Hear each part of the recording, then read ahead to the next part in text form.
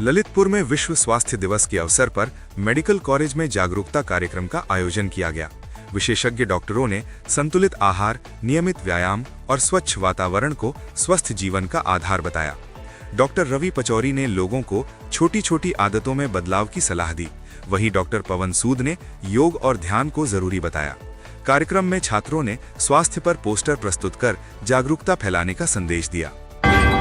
ललितपुर के नवागढ़ में अरनाथ स्वामी के चरणों में भव्य अर्चना अरनाथ महामंडल विधान का आयोजन संपन्न हुआ। कार्यक्रम में मंगलाष्टक, अभिषेक, शांति धारा और पूजन श्रद्धा के साथ किया गया। ब्रह्मचारी जय निशांत के निर्देशन में विधि विधान पूरे हुए। वहीं अनुपमा जैन ने नवागढ़ गुरुकुलम का निरीक्षण कर बच्चों की पढ़ाई का आकलन किया। ललितपुर के शांतोदय तीर्थ क्षेत्र में श्री पंच कल्याणक प्रतिष्ठा महोत्सव का भव्य शुभारंभ हुआ। निर्यापक मुनिश्री सुधा सागर जी महाराज ने कहा, तप साधना सिर्फ मोक्ष के लिए नहीं बल्कि जीवन को बेहतर बनाने का भी माध्यम है। भव्य शोभा यात्रा, ध्वजारोहण और याग मंडल विधान के साथ कार्यक्रम की शुरुआत हुई। हजारों श्रद्धालुओं की मौजूदगी में आस्था और भक्ति का अद्भुत संगम देखने को मिला। ललितपुर में खाद्य सुरक्षा सलाहकार समिति की बैठक में मिलावटखोरों पर सख्त कार्रवाई के निर्देश दिए गए। एडीएम अंकुर श्रीवास्तव की अध्यक्षता में हुई बैठक में अधिकारियों को संयुक्त रूप से अभियान चलाने और मिलावट के स्रोतों पर कड़ी कार्रवाई करने को कहा गया। साथ ही मिड डे मील, पानी और खाद्य पदार्थों की नियमित जांच पर जोर दिया गया। ललितपुर के पनारी विद्यालय में वार्षिक परीक्षा परिणाम और पुरस्कार वितरण समारोह का भव्य आयोजन किया गया। मुख्य अतिथि सीडीओ शेषनाथ चौहान ने मेधावी छात्र छात्राओं को सम्मानित कर उनका उत्साह बढ़ाया।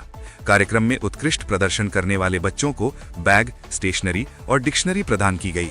ललितपुर के गांधीनगर नई बस्ती में सरकारी आरओ प्लांट शोपीस बनकर रह गया है। निजी मंदिर परिसर में लगे इस आरओ तक आम लोगों की पहुंच नहीं है और मशीन महीनों से बंद पड़ी है। स्थानीय लोग पानी की समस्या से जूझ रहे हैं और जिम्मेदारों की चुप्पी से आक्रोश बढ़ता जा रहा है। ललितपुर में एक सेवानिवृत्त सब इंस्पेक्टर पर जमीन खरीदकर रुपए न देने का गंभीर आरोप लगा है।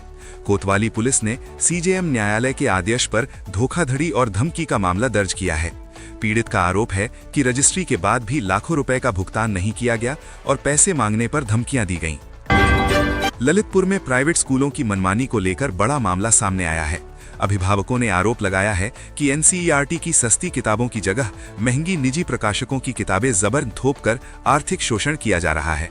किताबों के लिए तय दुकानों से ही खरीदारी का दबाव बनाया जा रहा है, जहां कीमतें 10 गुना तक ज्यादा बताई जा रही हैं। ललितपुर के पॉलिटेक्निक तालबेहट में आयोजित पूल कैंपस ड्राइव में 14 छात्रों का चयन हुआ है। इस ड्राइव में प्रदेश भर के 65 छात्रों ने भाग लिया, जहां एक प्रतिष्ठित कंपनी ने इंटरव्यू के जरिए चयन प्रक्रिया पूरी की। संस्थान के प्रयासों से छात्रों को रोजगार के बेहतर अवसर मिल रहे हैं। ललितपुर में 8 दिवसीय हनुमान जन्मोत्सव महोत्सव का भव्य समापन भजन संध्या और सत्यनारायण कथा के साथ हुआ। अंतिम दिन भजन संध्या में श्रद्धालुओं की भारी भीड़ उमड़ी और देर रात तक भक्ति का माहौल बना रहा।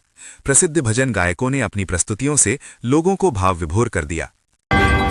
ललितपुर के लक्ष्मीपुरा गुरुद्वारा साहिब में गुरु अर्जन देव जी का प्रकाश पर्व श्रद्धा और भक्ति के साथ मनाया गया।